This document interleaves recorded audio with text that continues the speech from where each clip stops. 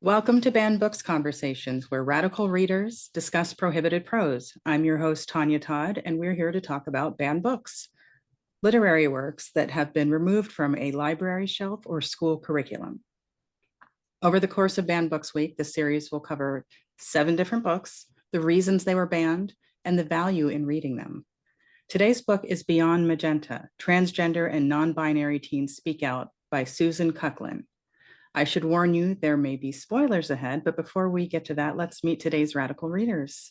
Ria, please tell us a bit about who you are and what you do.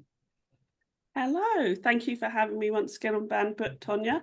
I am a podcaster. I am a producer and co-host of 2 podcasts, Femon, hello everyone, and the Romantasy Coven, where we talk about romantasy books. I am also a intersexual feminist, and I love being part of the Banned Book series. Oksana. Hi, everyone, and thank you for having me here. I am an award-winning memoirist, Romani activist.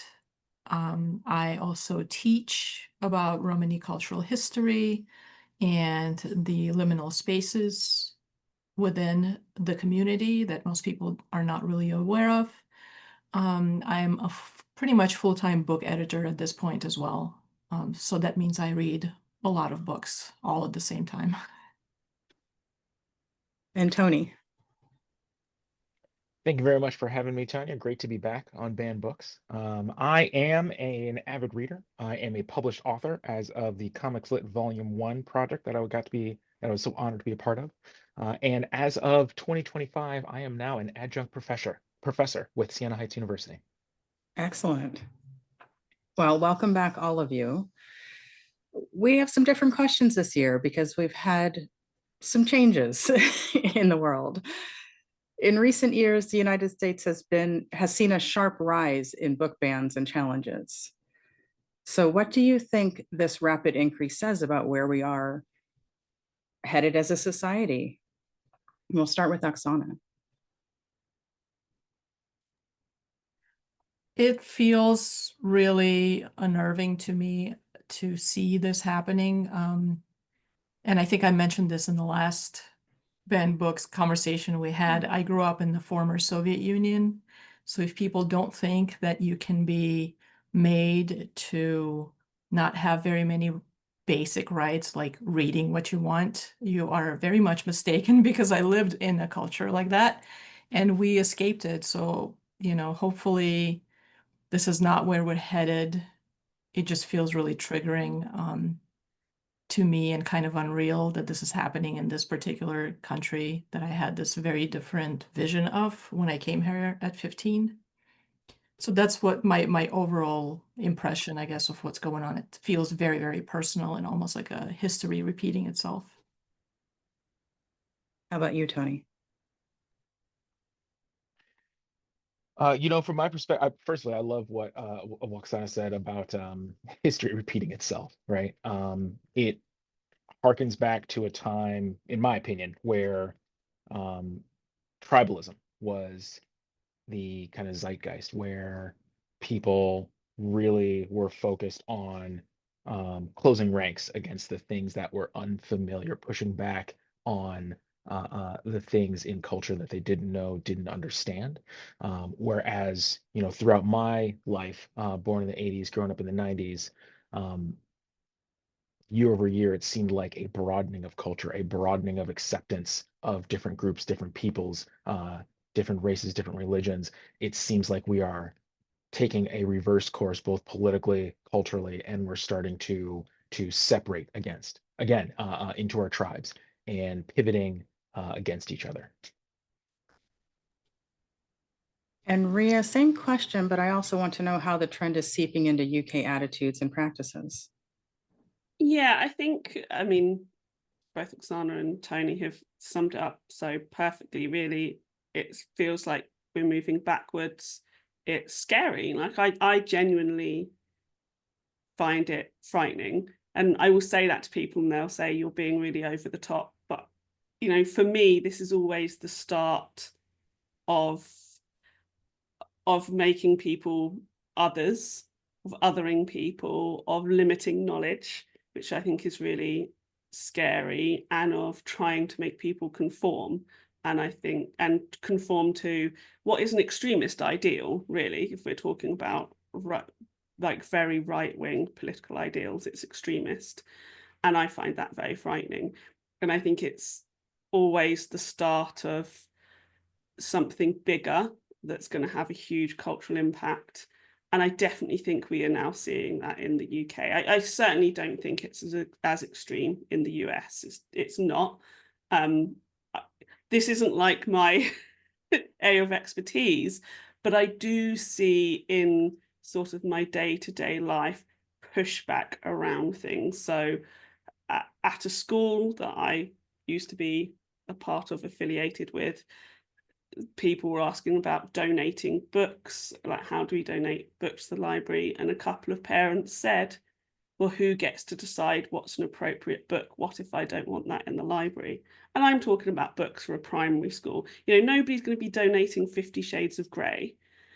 And so it does seep in. And there was something fairly recently, although sort of disproved, it was sort of like one of those internet things about where books had been moved. And the problem is even if it's disinformation that happened, or it's not entirely correct, it's at the forefront of people's minds that books should be moved, you know, from being on a book display that children might see, everyone. You know, it's still there politically, it's in the background, and the longer we ignore it, the more extreme it is going to become here in the UK. And so I think it's something we need to be very aware of. I think in the UK we spend a lot of time saying we're not like America, and it's like, come on gals, we are. Let's pull ourselves together. Ria, if I may jump in here, Sure. I find it so interesting that you say that, especially throughout the last American political cycle, where we saw a number of different politicians, a number of different political supporters reaching across the pond to foment some of the same fears and issues that we have historically dealt here with in the US, but seem to be they seem to be finding new power, new acclaim, and taking root in a different way in the UK. I just think it's interesting how, from what it sounds like, the divisions that we have historically had here that are again on the rise seem to be resonating with our brothers and sisters across the pond.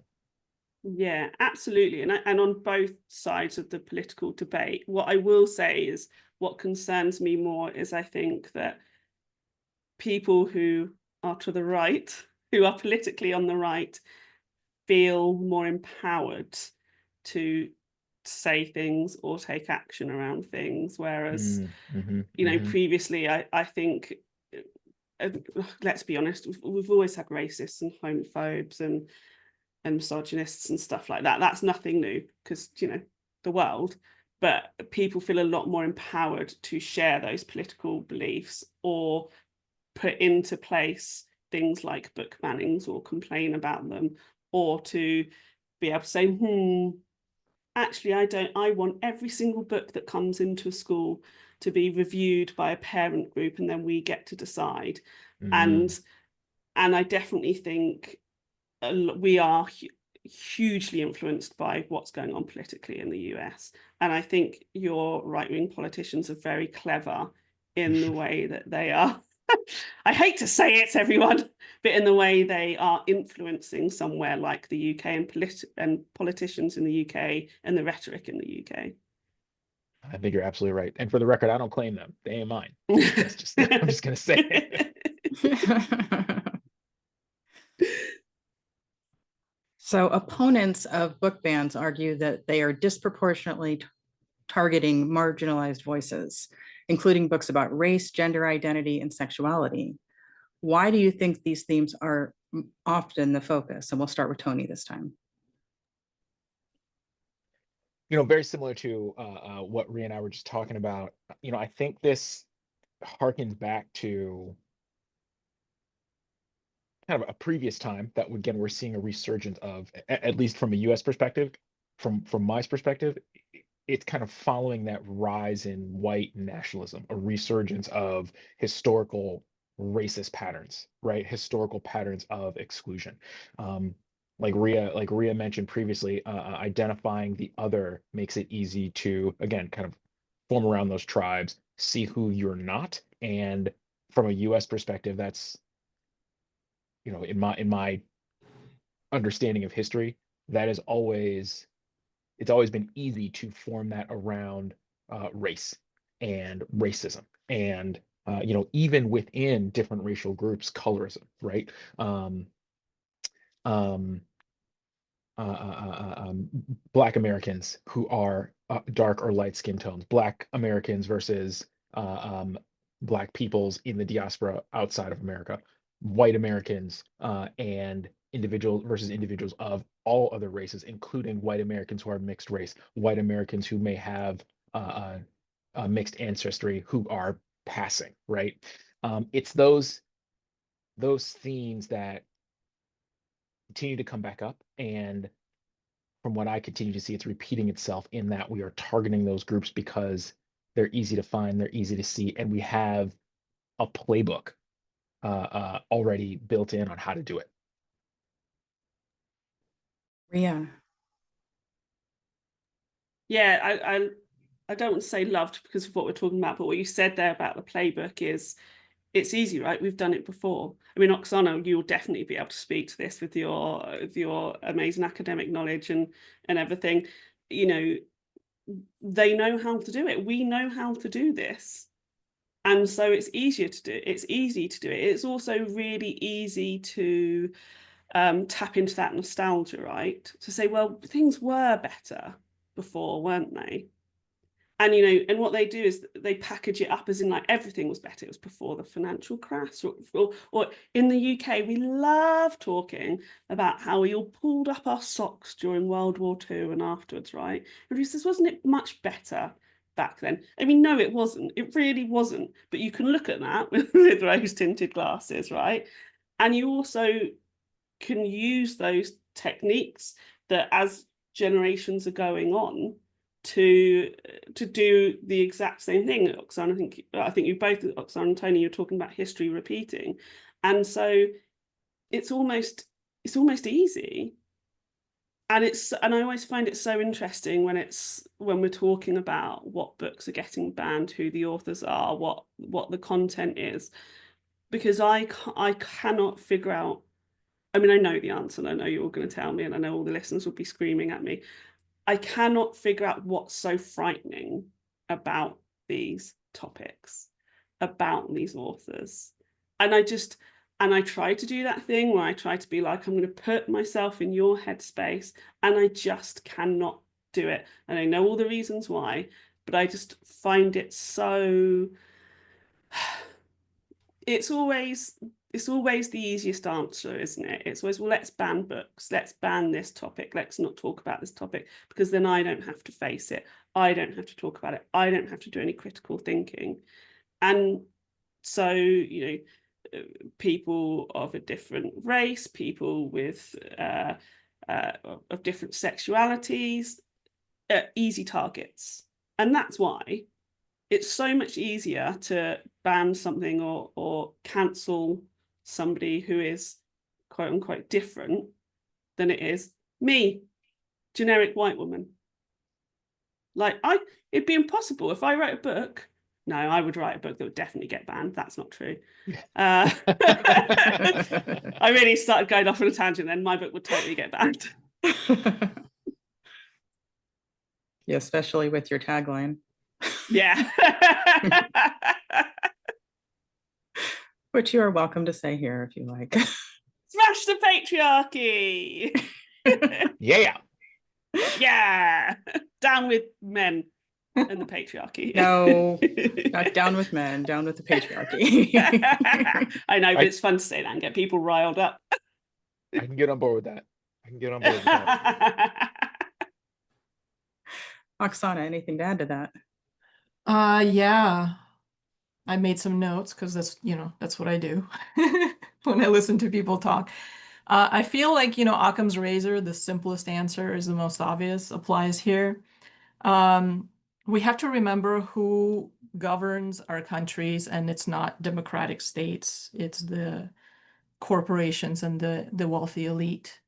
And you never want a unified state of the population if your power relies on a submissive population, right? So how do you divide people? Divide and conquer, right? You have to have people who are othered so that there is a reason for others to be angry, to point a finger and say, it's your fault that I make minimum wage and I cannot take care of my kids.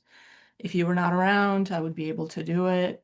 So it's the oldest playbook in the world's history. It did not just start now. It just keeps repeating.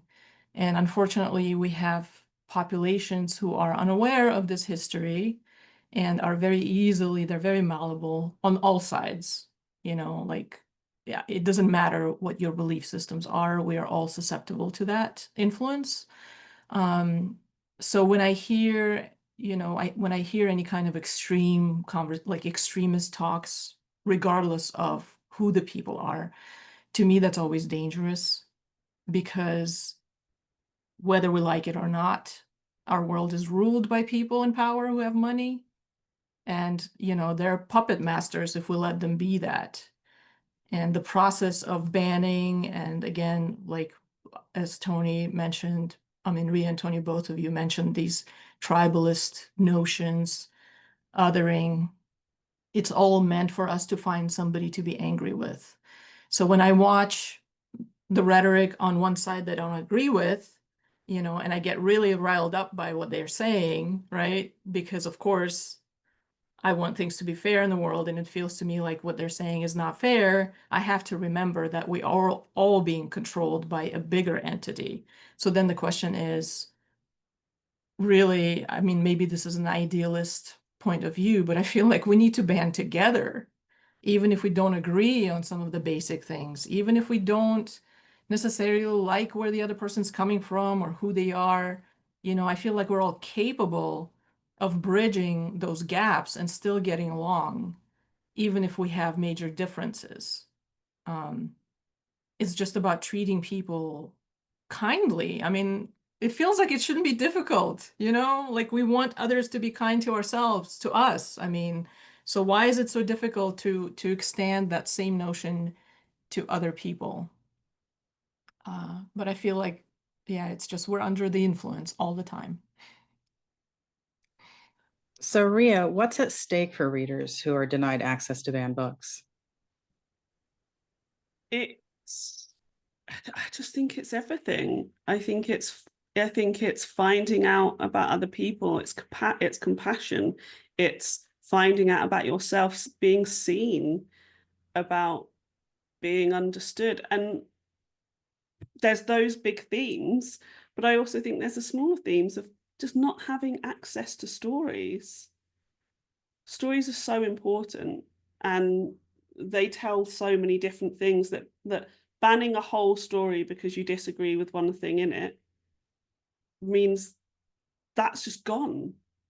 That's gone, a whole story. And what is our life if it's not stories? It's all the little stories that make the big story, and that's what makes who we are. And we should be sharing that, and we should be fostering imagination. Without reading, without books, without imagination, what on earth is the world? What is it? That's everything.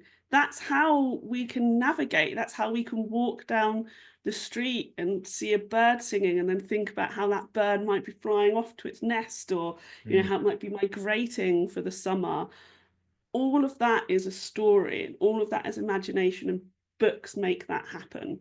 And books foster something special in our brains. And by taking books away, or limiting them, or telling people these books are not for you, we're making our brains smaller, and we're making our world smaller, and our world should be big.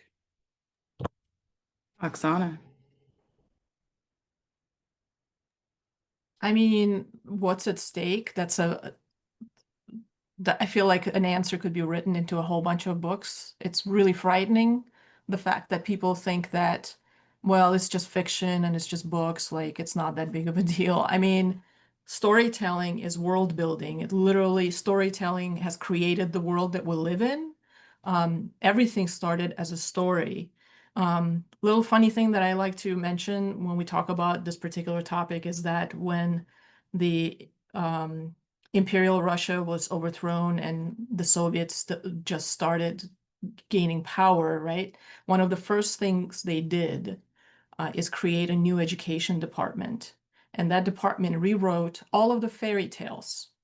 Now, why would you concern yourself with silly little folk stories, right? There's a reason for that. Storytelling not only teaches us empathy, it shows us real life experiences that are unadulterated by, opposed to that, something you would read in a historical text. History textbooks are heavily revised. They are written with a purpose and an agenda. Stories are not. We create characters that are like us. We talk about real life experiences of people who might be very drastically different from other people, and that might be the only way that you learn that these other types of people exist, or these other types of experiences exist. Storytelling is literally why some people become doctors and other people become, policemen or astronauts or ballerinas or whatever, or go off on adventuring. You know what I mean? It creates the reality. It's the fiber of our daily life. And if you are trying to control the kind of stories that are being told, you are trying, there's an agenda to it. You're trying to create a particular society. For example, I love Handmaid's Tale, not saying we're going there, but saying that we might be going there. So again, that's what's at stake. Our humanity, our sense of empathy and connectedness is at stake. Well, I'm going there because that's one of the books on the list this year. I couldn't finish the Tony. show. I could not. This is the only show that I loved so much, and I could not finish it because it was literally physically making me feel ill. Absolutely the From the same. fear that I felt. I couldn't finish it. I'm never going to finish it. I'm Mm. never going to rewatch it. I'm like, yeah, I Tony, can't you even as start it. well. Like, no. I can't even start the show. The commercials and the few bumps I've seen are just too much. I'm like, nope, I Yeah. can't. I watch a lot of violent TV. I can't even consider it. Yeah, this is way, it's Yeah, like it feels same. real. I could only Mm. watch a couple of episodes and then I tell my family, like, I need a break. I can't, like, mental and emotional break. You know what I mean? Mm-hmm. I think Psychological damage. Mm-hmm. I'm sorry, Tanya, I cut you off. Go ahead. It's okay. I was just saying the psychological factor, but we still need your answer to what's at stake for readers who are denied access to banned books. I'm not sure I can say it better than Ria and Oksana said, right? What is our life if not stories, right? The stories, we have, the stories we tell, the breadth of them tell so many different things about who we are as a people, as a culture, as a world, right? I love hearing about the history of how the first thing that the new Russian government attacked was the fairy tales of the past, so that they could shape what the future would be, shape that new world. Storytelling teaches us empathy, right? I'm sure it's clear from the people who've watched this podcast who've seen me before where I politically lean, but Oksana was right. Whether you're on the far left or far right, eventually that circle comes back around to the opposite end, and both are warring against each other in the same ways, asking for the same things, to harken back to a time when we had power, right? But there are so many more people that are in the middle, and so many more people that we could connect with. We could bridge that gap in the middle if we had a better way to connect with each other. And books like Beyond Magenta, books that tell the diverse stories of all of the people in the world, books that give you relatable things to latch onto, like being young and bullied and afraid, are one of those ways that help us reach across to our neighbor and understand someone who we otherwise may not be able to understand. We otherwise would fear because they may be in another tribe, because you know we all tell ourselves a story as well. And if we can start telling ourselves a story of how we are more connected than not, more of the same than not, that could help us build a different world. So how do book bans impact authors, educators, and the publishing industry as a whole? We'll start with Oksana.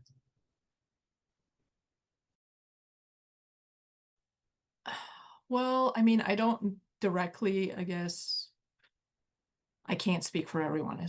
That's what I'm trying to say, but I feel like if we base this on historical evidence, it will limit people's ability to express their stories openly. But hopefully, fingers crossed, what happens is that then we have undercurrents, subcultures developing that are a resistance to whatever the people in power want us to do. I can't remember who said, maybe Dostoevsky, but maybe somebody completely different who said that best stories are written under oppression. I know it's a bad thing. I mean, nobody wants to be oppressed. But what I'm saying is that humans are very resilient. Storytellers, even more so, because you're putting yourself on the line all the time, emotionally and mentally, when you put your stories out there. And so I feel like, yes, there's going to be these two parallel things happening where we don't feel censored. We are censored. But then there's going to be people who are going to be like, well, guess what? I'm still doing it. And people are going to read those things. Oksana, just to educate me with your knowledge of history and culture, can you point to kind of either a specific story or specific time period where I believe it's the Romani culture where you saw an expansion of these stories, or again, stories written under oppression that helped to either change the narrative or kind of build that future? I love that question. That's actually happening right now in Romani culture in a way, because I think I'm the only traditionally published Romani author in US still, even though my book is like 12 years old, right? In Europe, when I've gone and done like readings and spoken to, journalists and publishers and everything, I remember when my book was, my agent was reaching out in Czech Republic, trying to get my book translated into Czech. And I remember the publisher first said, oh, we don't, gypsies don't know how to write. So I don't know if anybody would like really read these. Yeah. So it was still translated. And I know there's so many Roma writers who are writing as resistance, because apparently in some places in European countries still this narrative holds this opinion that Roma people can't really write very well because their stories are not inherently don't align with the Western idea of storytelling, which is linear. You start below and then like you go up to you work your way up to a climax. In some of the Roma cultures, the storytelling is more like a circular in a way, which is a different way of storytelling that other cultures also share. And so people write in resistance to what is expected of them, which is that they can't tell stories. A lot of these books are either self-published or published by smaller publishers, but people are still doing that, even though they're being told that they can't do it. They don't have the capacity to do it. And, I know that under Soviet Russia, there were books. I mean, my parents read books that were typewritten in somebody's basement, and then copies were made of those books. They were banned books that nobody was able to read. I don't know if anyone has ever heard of Master and Margarita by Bulgakov. Don't ask me to spell that name in English, please. But if you look up Master and Margarita, that book was banned in Soviet Union for a long, long time. It was actually published in Europe first. But I remember my parents reading a copy that was like, made in an underground publishing house. And I know that in the history of like during French Revolution, same things were happening. So no matter where you see crisis, somebody will go against the grain, against the current. You know what I mean? They will resist it. They will still write. I know it happens in different places in the Middle East. And it's unfortunate that they have to do it that way under the threat of being persecuted. I mean, people do go to jail for writing stories in different parts of the world still, but that it seems like it's just our intuition to do that, to still write, to still be creative, music, books, dance, everything. If it's against, somebody's going to say, I'm still going to do it. Yeah. And isn't it wonderful? Yeah. And it's an important reminder that they're coming for our books because they're so powerful. Yeah. I mean, I think that's part of, being a creative person. Just to give you a very, very quick example, I teach at a university here, and I teach this class where students, the first half of the semester, they read different philosophers, mostly Greek and Chinese philosophers. And then they analyze the messages and they talk about the different concepts that they've read about. And the conversation is usually very, very, lively. Second part of the semester, they start reading fiction, short stories. And I ask the same questions, what did you think about the story? What do you think the author was trying to say? How did you feel? And this is where most of these highly performing critical thinkers, I remember in this class, stopped participating as much. So at some point I said, I don't understand this. This is fiction. It should be even more exciting. And I remember one student said, yes, but I don't know what the right answer is. And so I can't answer if I don't know if I'm going to be right or not. And this is why we become storytellers, right? Because we know that we might make mistakes, but the world needs different experiences, and we need to talk about them from our own perspectives, not from perspectives that have been taught to us. That's an excellent point. That's good. That's good. Thank you.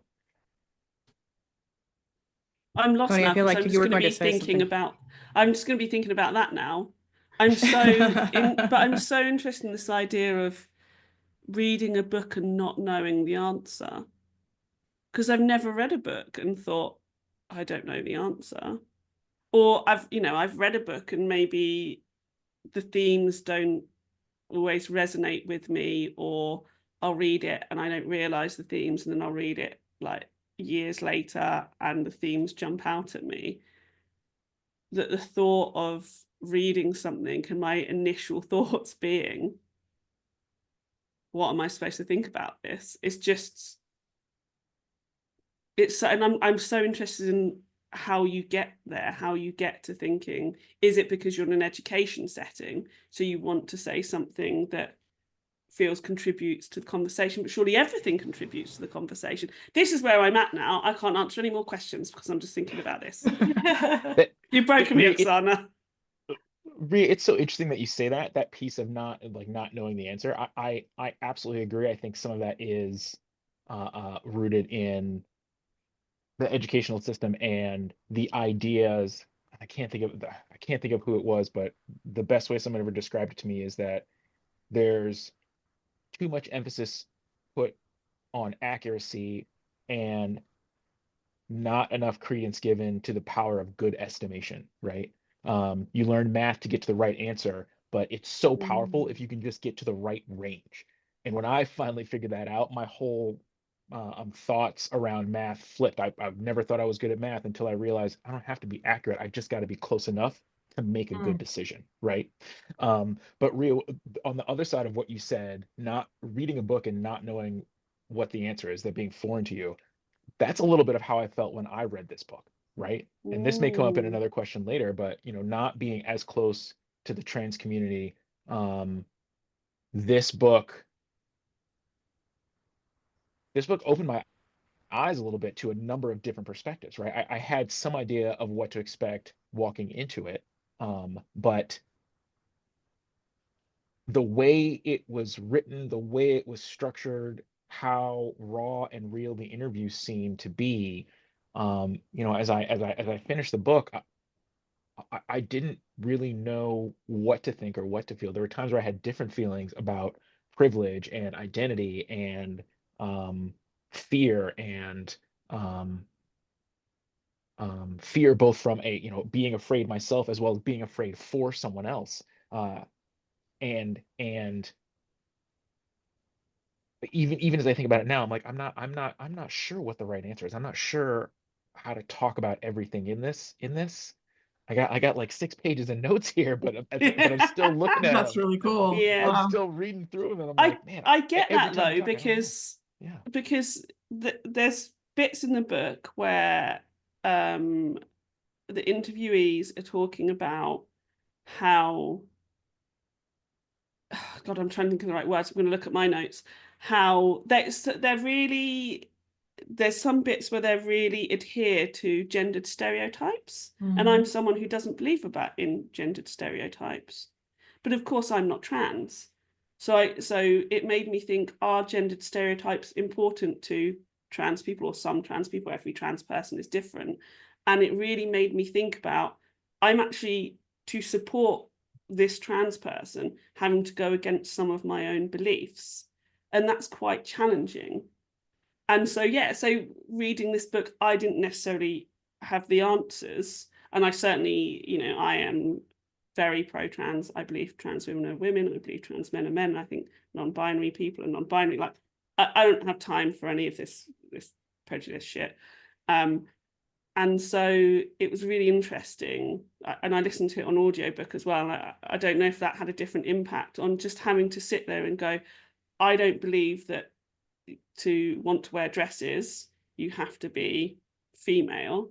However, for a trans person, that's a very important part of their identity. It makes, in one of the stories, they're talking about how it made them feel more like them. Even from a little baby, they wanted to wear dresses. They were like attracted to pink things and stuff like that. And I had to sit with that, and I had to sit with that against my own beliefs.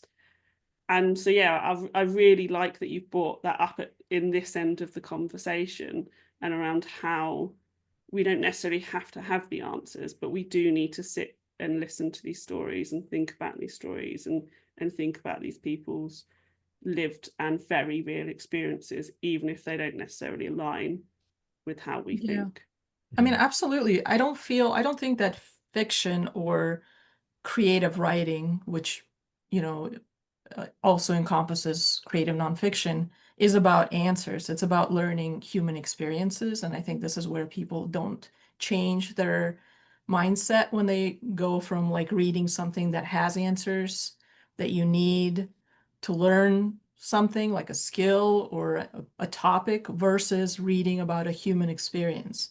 Every story, even if the main characters are aliens or a can of tuna, are about human experiences. You know what I mean? And so taking these out means that somebody's trying to control the narrative. And unfortunately, students, when we're young and we go through school, we're first taught to pay attention to what other people have to say. Do we understand what other people have to say? Can we analyze it, right? Why they're saying is this and that. But we're not really taught to come up with creative answers or creative impressions of what we're interacting with. So when somebody says, well, what do you think about this movie or this book? Often when we're younger, we might either basically give you the answer that we heard from somebody else, or like we could be stumped. We could be like, what do you mean what I think about it? Like, I guess it was okay. You know what I mean? And sometimes students get annoyed, not just students, people of all ages who are not used to switching the mindset to being more creative thinker versus critical thinker, get annoyed when you ask him how they feel about something. They're like, they read a book like this. How do you feel about it? Somebody might be like, well, what am I supposed to feel about it? Well, I mean, this is how you learn about others. You're supposed to connect with them through their stories.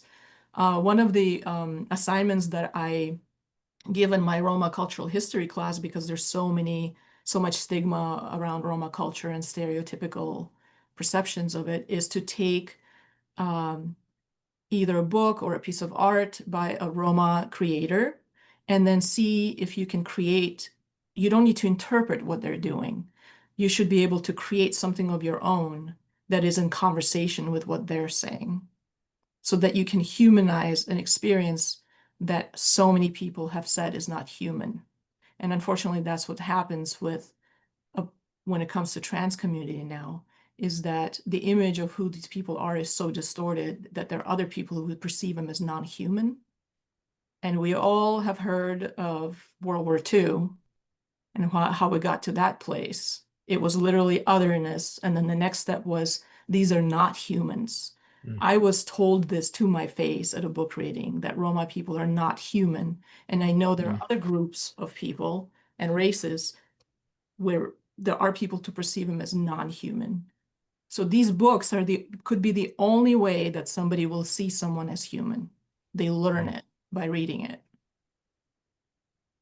So how can everyday readers take action to defend the right to read in both the US and the UK? And we'll start with Tony.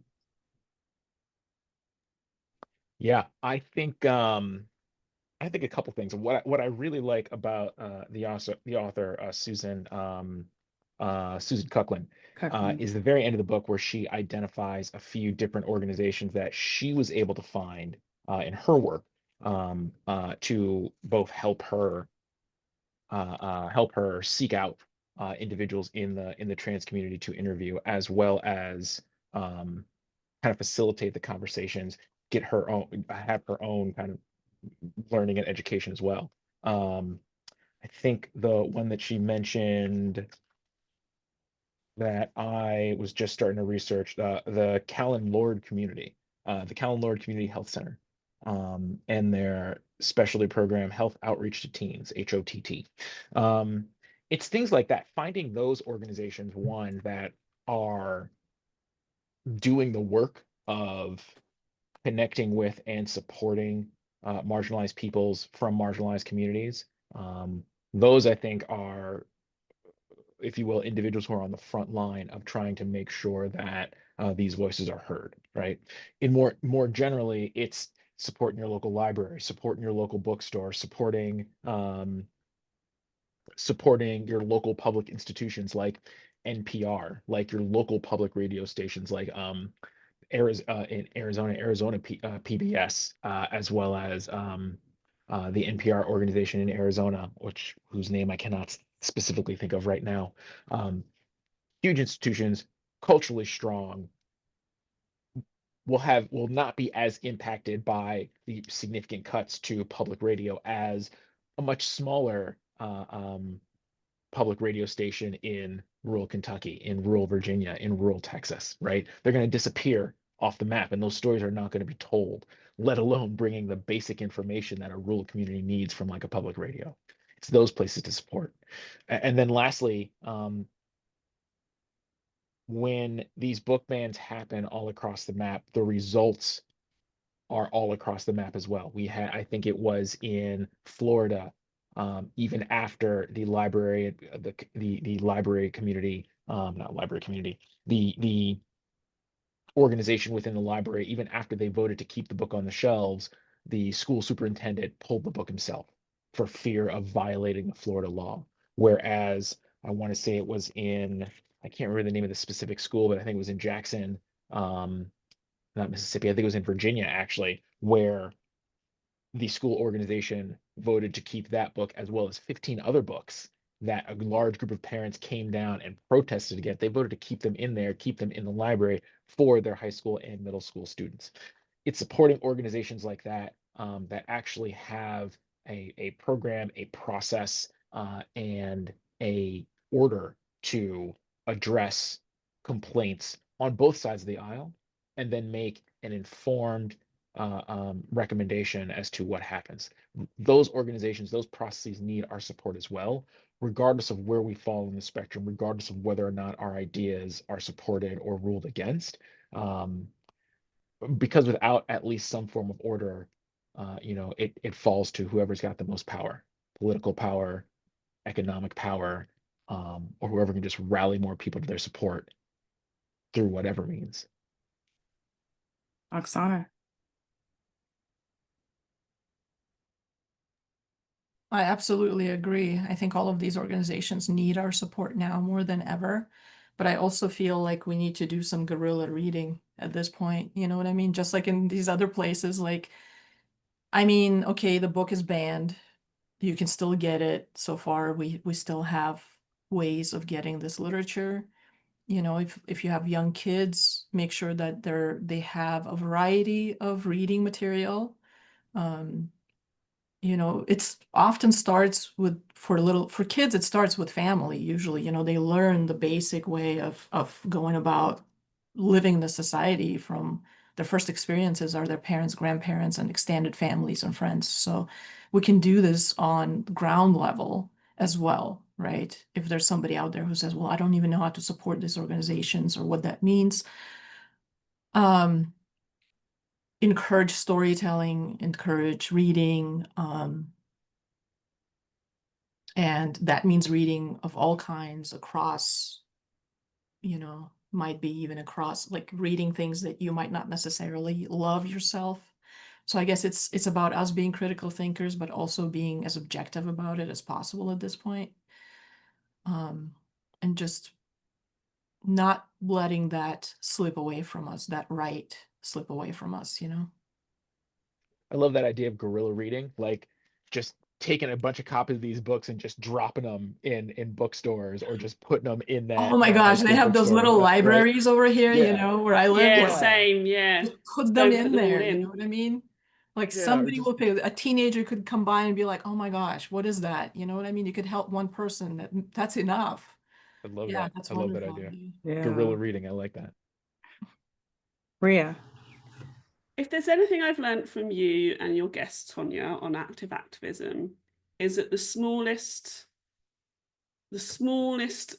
act can make a huge difference, right?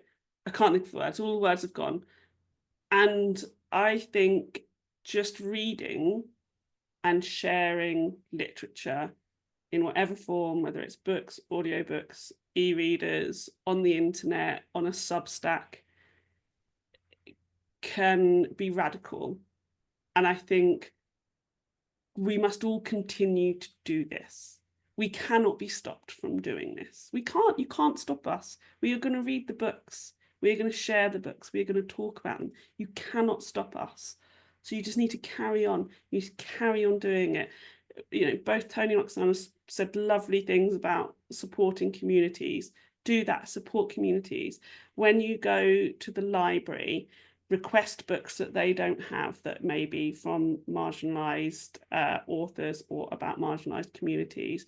When you finish reading a book, take it to the charity shop, take it to the little library, put it on those shelves. Go and pick up books that you might not. Go to the charity shop, go to the secondhand shop.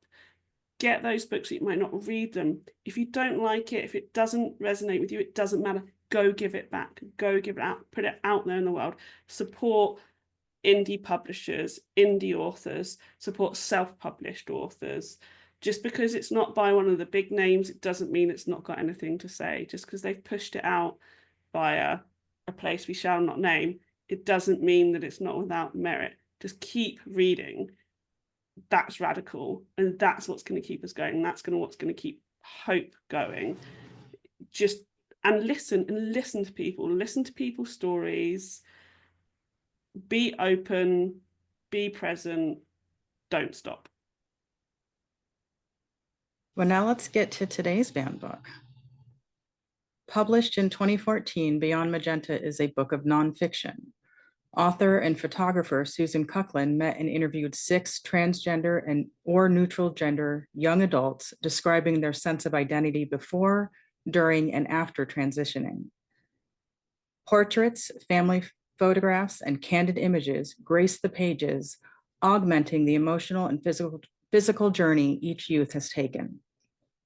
This book received starred reviews from Publishers Weekly, Booklist, and Kirkus. It was awarded the Flora Stieglitz Strauss Award in 2015 and was a nominee for the 2014 Lambda Literary Award for Children's and Young Adult, the 2015 Stonewall Book Award for Children's and Young Adult Literature, and the 2017 Rhode Island Teen Book Award.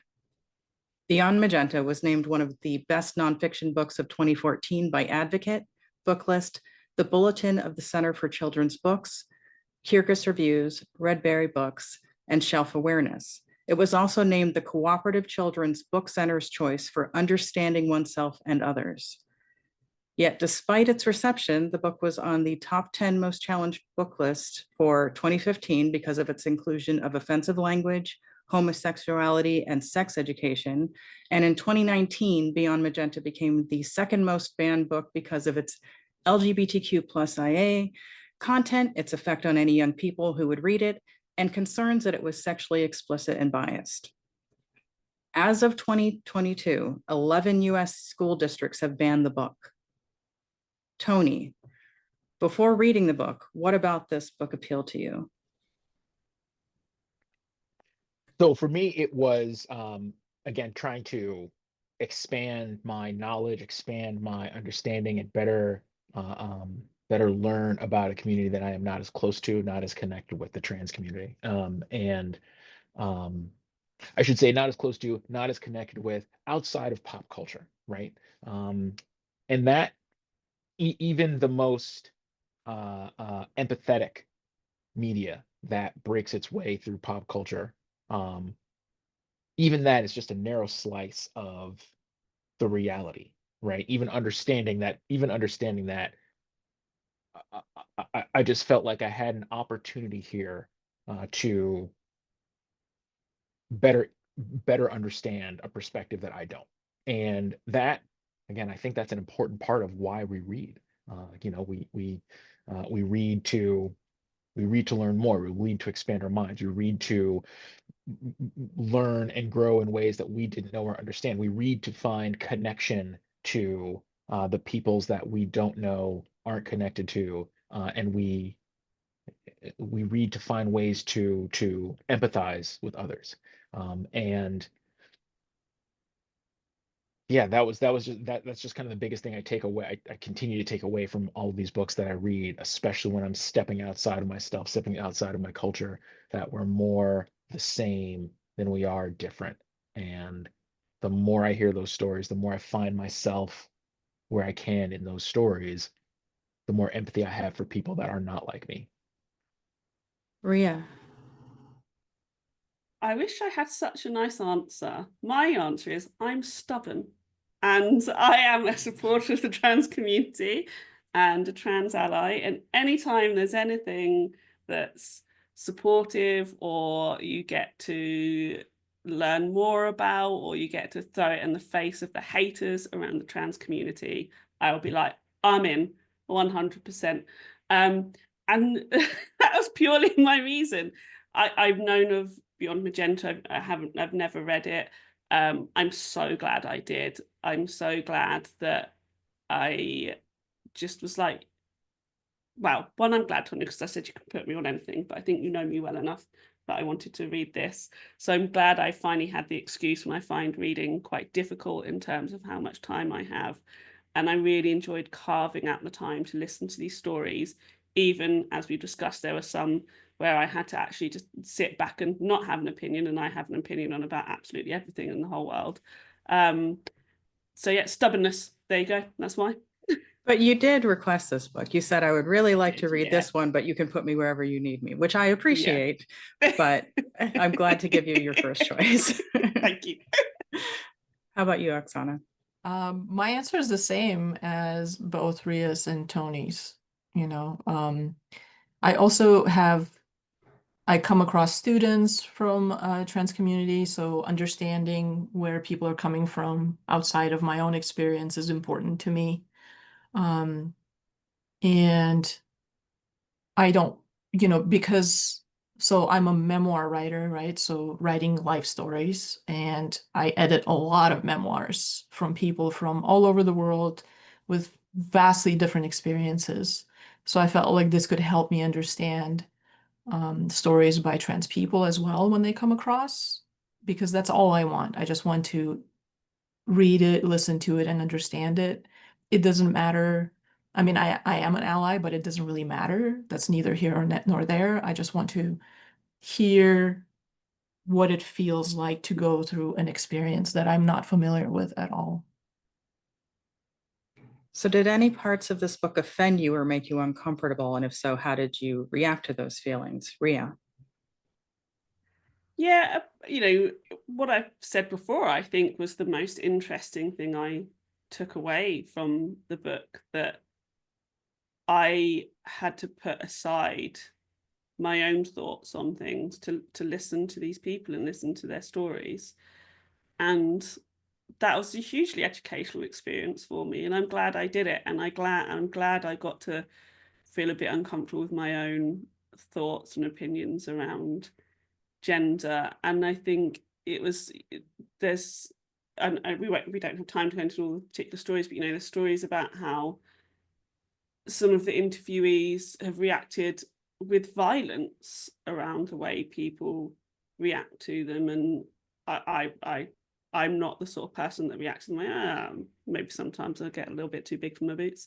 And, you know, in my head, I'm thinking, that's not a great way to react, but actually I need to shut up. This isn't about me. This isn't about how I react. And what I loved about this book is that the interviewees were allowed to just be themselves and tell their stories. I don't feel like any of them hid anything at all. And I thought, what a wonderful experience for them, and then for us as the reader, to let somebody purely be themselves and say these things that sometimes they may not be able to say, or they feel like they can't say, or even think. And I thought, what a wonderful experience. So nothing really made me, apart from, you know, again, having to challenge some of my own thoughts around gender conformity, nothing offended me. Nothing offended me at all. We're all shocked. And nothing in particular made me go, this is outrageous and should be banned. Again, shocking. Oksana. I think the strongest emotion I felt that's close to what you're asking is sadness. Specifically when I was reading Mariah's story, being a kid and going through all of this stuff, I was like, oh my gosh, like I can't believe any kid, like there's nobody deserves to have some of these things that she described happen. It was kind of funny, but like sad funny, when I think Jesse and one other person, I can't remember the name, talked about how when they were men, suddenly they were treated differently. I don't know if you remember those parts. Oh, Yeah. I I was like, do. really? Oh yeah. You know, I guess I'm kind of naive because I was like, really? Is it really like that evident? And Yeah. that Oh made yeah. me sad, you know? Yeah. 'Cause I was like, That made me angry. Yeah, see, that's the same. thing. My go-to emotion is usually like sadness, because I think I am by nature, I want to believe in the good of people. So when I come across these things, I'm like, oh my God, that is like really, that shouldn't be happening, you know, like kind of lame like that. So I guess those were the stronger emotions for me. I didn't really feel confused about anything or angry about anything. I guess maybe a little bit of close to something close to anger, but not really, is the fact that people even have to tell these stories and be put on the spot. Like, I don't hear a lot of just cis normative people being like, let me tell you about what it feels like. You know, maybe it's because we know all of these stories because we live in a world where that is the acceptable way to live. I guess I understand that. But it's kind of like, why should anybody explain why they feel the way they feel about who they are? You know what I mean? And the steps that they take that are very personal, you know, have nothing to do with anybody else, but they have to explain these and justify them. Like, that's one thing that I really had a hard time with, just in general. Tony. You know, definitely not offended. I absolutely agree. I'm 100% agree. Everybody gets to decide who they are, and that's nobody else's business, right? Especially if you ain't hurting anybody by just being who you are, and that's no problem. But goodness, Oksana, as you said it, I realize it's that sadness that I was feeling as well that made me feel uncomfortable at times, right?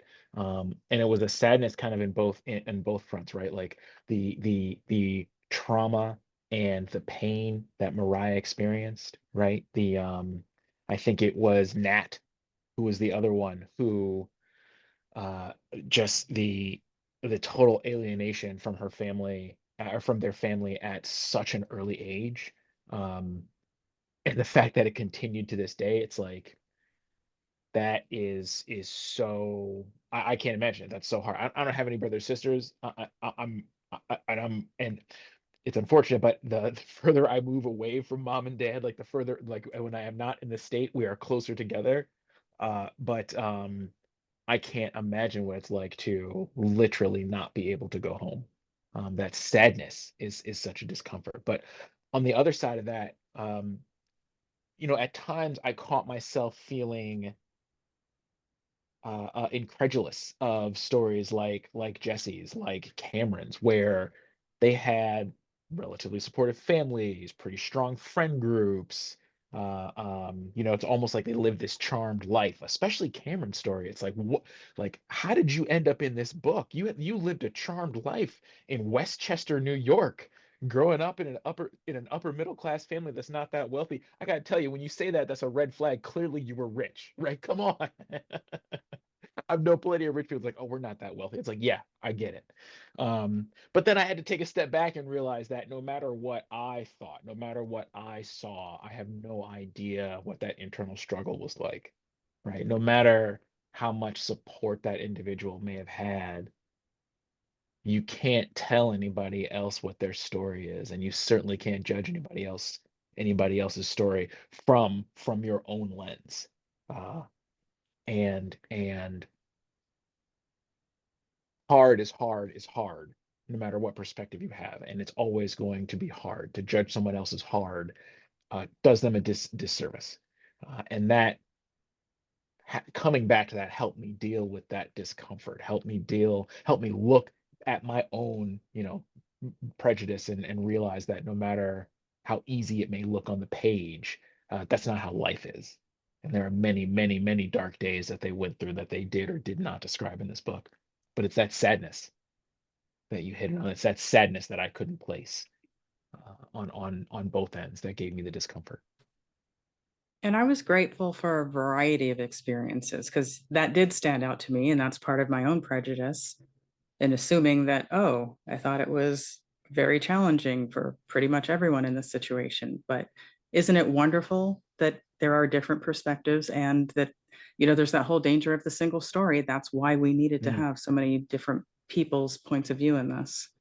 Yes, ma'am. I mean, and that's where the editing comes in, right? Because opening up on Jesse's story, and Jesse, I think with Jesse's story, you get that wonderful detail of how they've had to go through the counselling before they can even start hormones and all of that sort of stuff. So we get Jesse's story, which is a really nice introduction to it, because Jesse feels like somebody you could know, and they talk about the realities of it. And then directly afterwards, you get Christina's story, and you feel Christina's anger, right? And I think that's really cleverly done with the editing, because I found it quite jarring when I then got to Christina's story, and it's sort of, especially because it's an audio, I was listening to it on the audio, but it really made me sit up and be like, I have to engage with these stories. These aren't stories that I'm doing the cooking and listening to. These are stories where I sit down, I put down my phone, and I listen.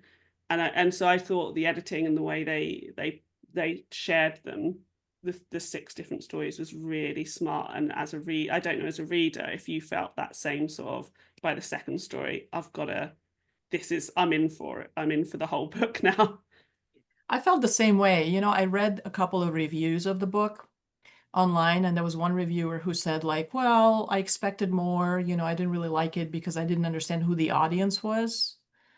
And I thought that was like a really shallow way of looking at a book like this, because it's not a narrative book. Obviously there's Right. not one story. These are interviews, right? So the format is different. And like she went on like trying to analyze who the audience is and got stuck on that. But I feel like for a book like that, you can have multiple audiences with different stories, and it fits. It works for something like this. So you touched on something, the formatting. I also read some things that said, it's not what you would say is a brilliant literary work, but that's because this book is giving voice to transgender teens in their own words. Mhm. How do you think that the format and the impact, how do you think that the format affected the power and impact of the book, and why some might find it threatening? Is this a question for everybody? It's, well, for you, sorry. How do I think? So I feel like the formatting, if I were an editor for this book, it works. This person is trying to not edit. She even says in the very beginning that my words are set, so you can see where I'm speaking versus where the other people are speaking. And I really appreciated that. So like somebody might say, well, it's kind of uneven because everybody has a different voice. But again, like look at the structure. Everybody does have, that's the purpose of a Right. book like this. It's different people. That's why they have Yeah. different voices. Yeah, so you reset from one person to the next. You reset as an adult capable of doing such things. When you flip channels and look switch shows, you don't need to get a lot of explanation of how to watch this next show. You know what I mean? You just switch. So I feel like people who feel like there's something wrong with the format or whatever, they have certain expectations, but the expectations don't align with the purpose of a book like this. And I haven't read a lot of books like these either, where the writer is not trying to control everyone's narratives. Usually the writer will try to tinker with, and I know she did a little bit, but she didn't do it to an extent where like she took credit for the whole thing, right? But I appreciated it because when I read like Nat's story, I feel like if it was heavily edited, if it were heavily edited, I wouldn't get the extent of the experience of being so misunderstood even by the person who's speaking in a way, in this, because they're isolated, like as Tony said, alienated from people who's supposed to love them and all of that stuff. So I appreciated that the editor gave everybody equal voice without having to explain it to the reader, But what do you think how do you think that the format affected the people who wanted to ban it? Oh my gosh. I don't think they were, I know this is not gonna sound politically correct, but I don't think that format was their concern. They probably didn't even focus on something like that. They just saw transgender and non-binary teens. How many of those people do you think have actually read this book? Right. If you're gonna ban something, I always tell people For the audio listeners, Tony's holding up a big fat zero. Yeah. Zero. I always Zero. say this. If you don't agree with whatever it is, whether it's a political system, somebody's ideology, or a book, if you don't agree with it, you need to actually engage with it in order not to agree with it or agree with it. Like you can't just look at a cover or hear some buzzwords and say, oh my gosh, I can't believe, you know what I mean? That's like you're taught that in kindergarten.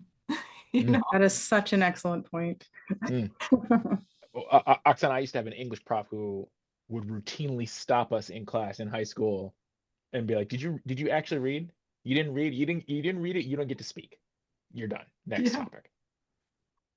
Next topic. Not to say anything about like the younger generation or anything.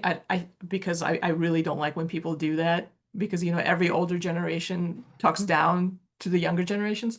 But I've been noticing things like this trends where like people will watch a review of something, let's say a book or a movie, and they're like, yeah, I don't like it. I'm not gonna watch it or read it.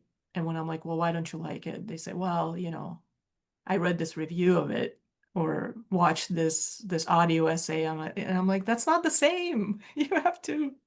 I know people in their 50s who say things like that. It's That's not why the I kind of went back generation. on the whole, yeah. Yeah. I think it's just because we live in the world of this kind of technology that a lot of people are doing it regardless of age. But it's not real. Like if you don't engage with it, then you don't experience it, I feel like. And what can you say about it? Well, given that Beyond Magenta is a nonfiction work centered on real people, What ethical responsibilities do schools, libraries, and publishers have in preserving access to lived experiences, especially those that reflect marginalized voices? And we'll start with Tony.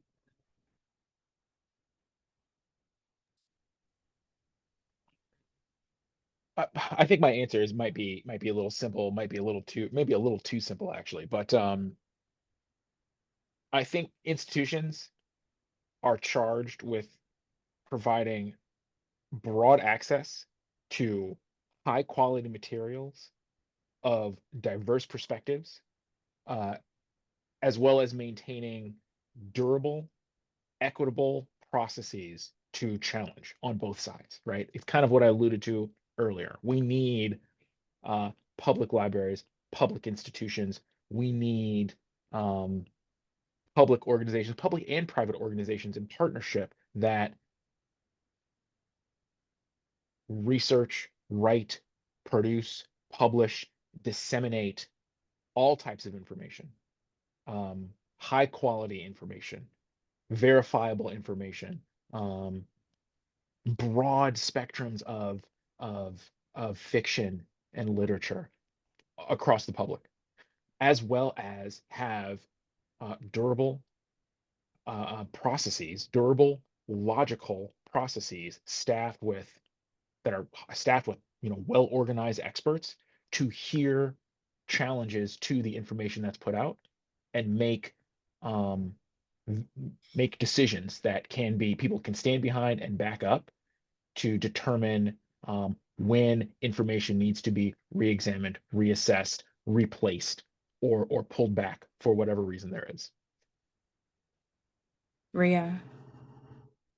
Bloody hell, Tonya. I knew you were going to sandwich me between Tony and Oksana on this question, and that's not fair. How can I follow that? And then Oksana's going to say something amazing.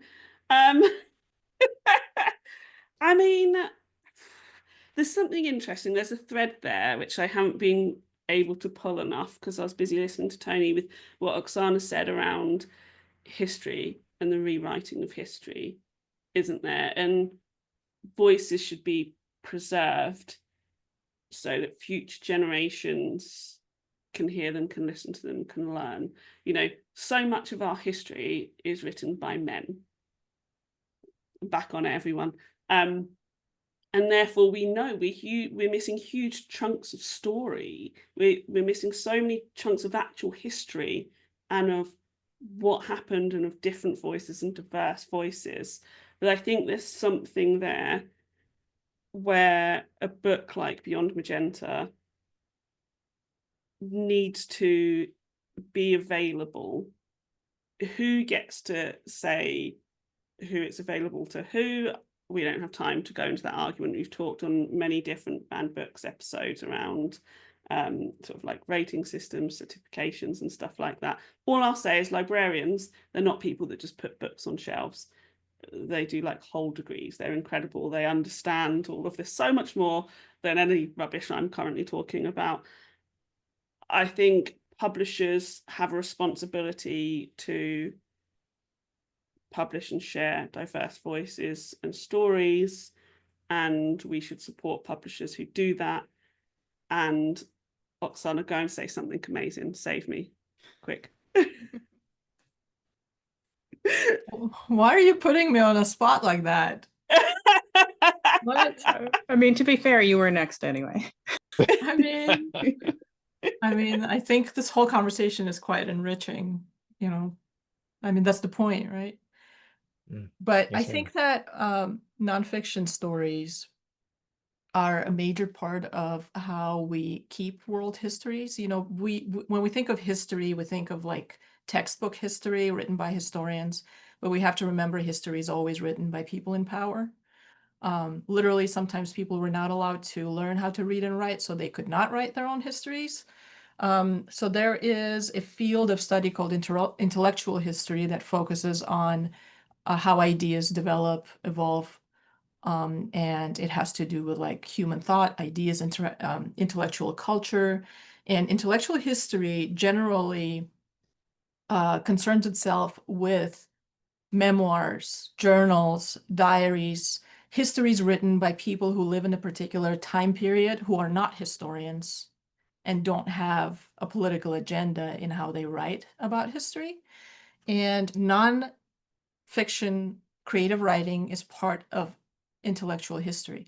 Right now, when historians are trying to figure out, for example, what medieval England was really like, I'm just using that because it's such a commonly used period.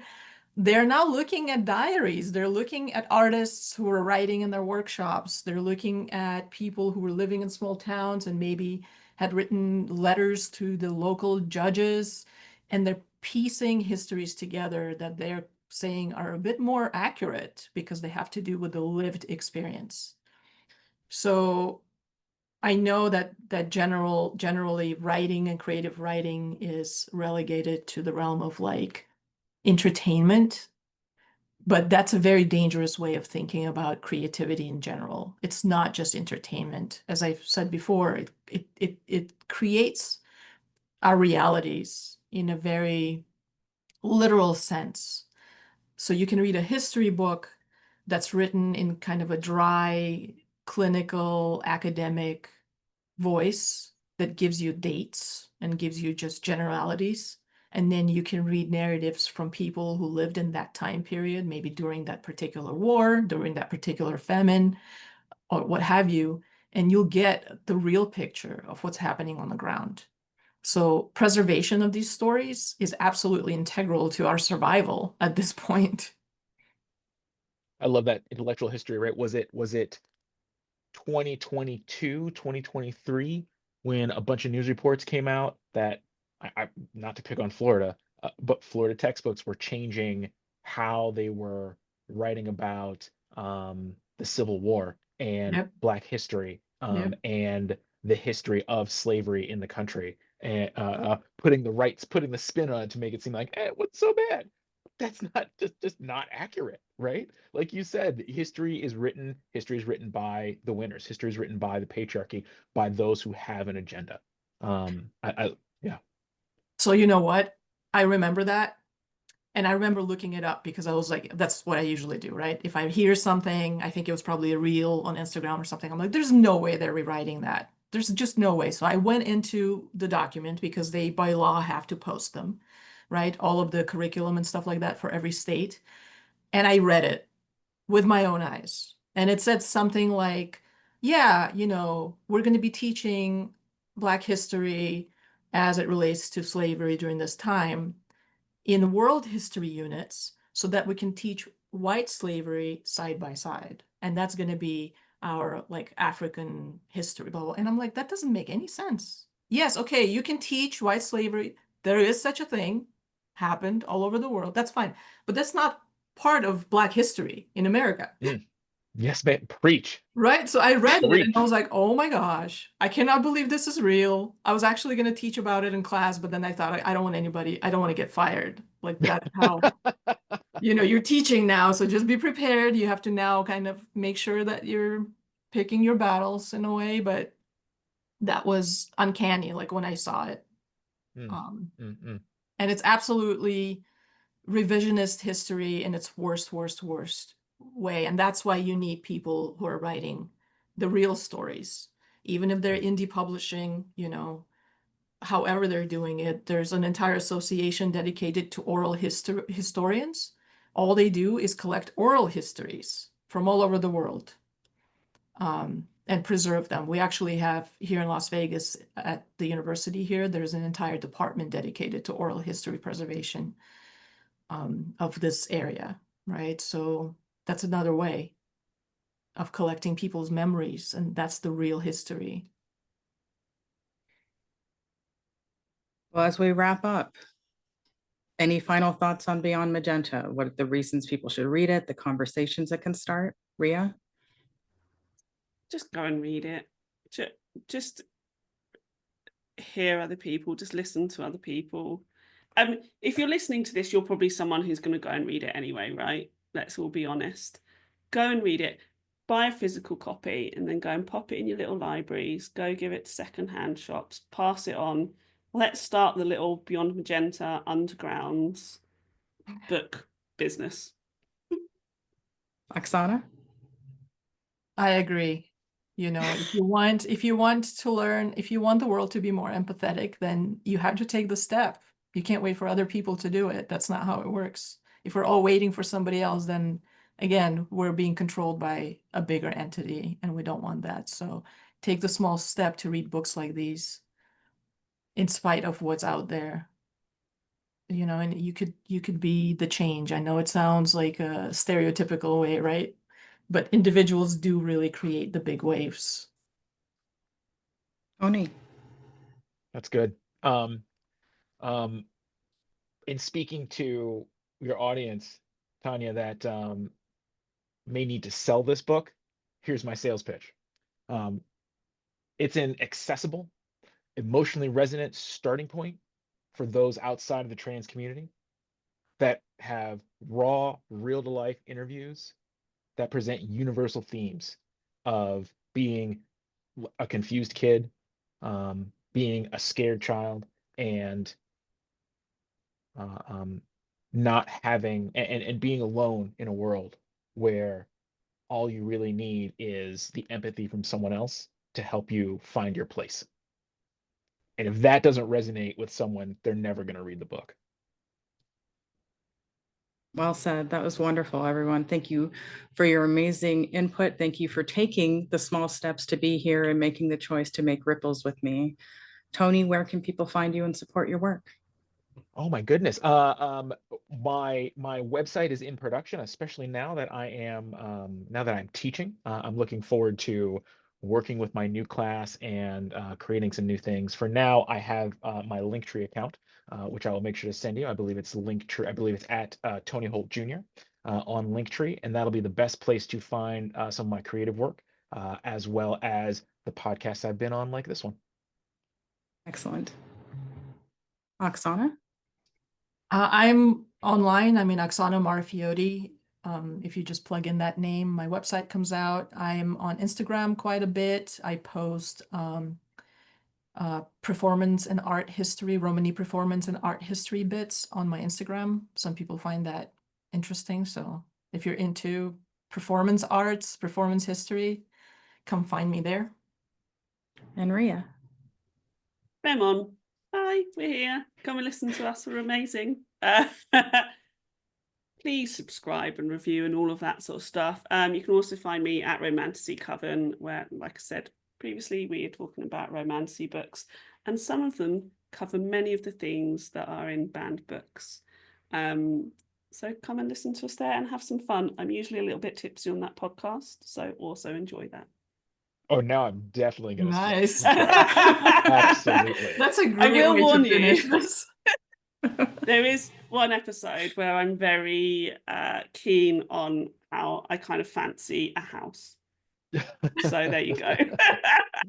That's what level I'm at on that podcast. That's your teaser. That's awesome. Oh yeah, that was a good one. I'm sold. I'm sold.